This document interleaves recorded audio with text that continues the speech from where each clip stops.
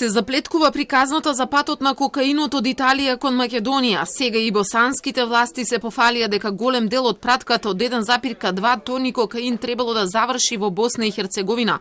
На сајтот на Државната агенција за истраги на Босна е објавено соопштение дека во соработка со полициите на Италија, Македонија и Црна Гора учествувале во оперативна акција за да се пресече ланец на меѓународна трговија со дрога. При реализацијата на оперативните активности откриени се и привремено одземени поголеми количини опојна дрога кокаин.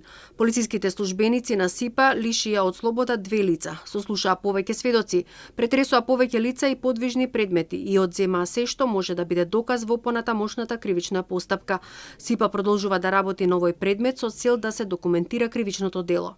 Телма се обиде да контактира со босанската полиција, но никој не одговара денеска на телефонските повици. Тамошните медиуми пак пишуваат дека дрогата спакувана во неколку контейнери била заплената на пристаниште во Италија. Независни новини пишува дека италијанската полиција од контейнерите извадила 970 пакети кокаин, кои заедно тежеле 1128 килограми.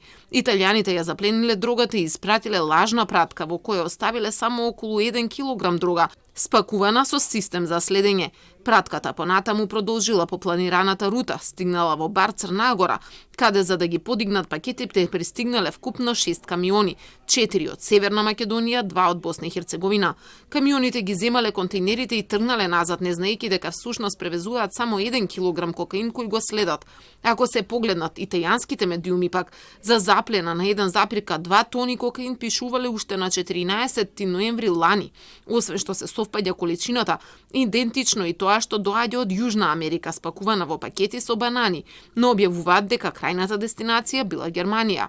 За нова пратка од пред 2 дена воопшто нема информации.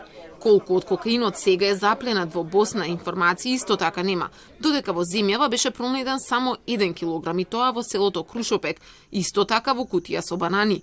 И додека приказната за кокаинот се заплеткуваат и политичките надмудрувања околу неа.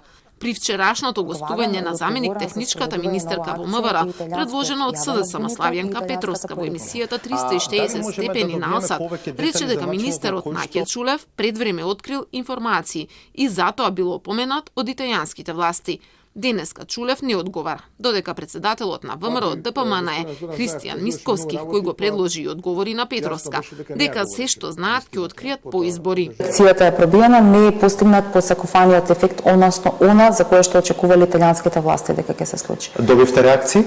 Апсолутно да, јас лично не, меѓутоа знам дека министерот Чулев доби предупредување дека ваквиот начин на комуницирање со јавност и издавање на информации е крајно несоодветен. Доколку ги прашате нашите сојузници од Италија, мислам дека ќе добиете поинаков одговор од тоа што именуваната го изјавува на 360 степени. А после 12 април ќе има можности и господјата или господицата Петровска и останатите кои што паралелно се молеа да таа акција додека траеше биде неуспешна, а се случи да биде успешна, брифираа погрешно во јавноста и изнесува детали од акцијата.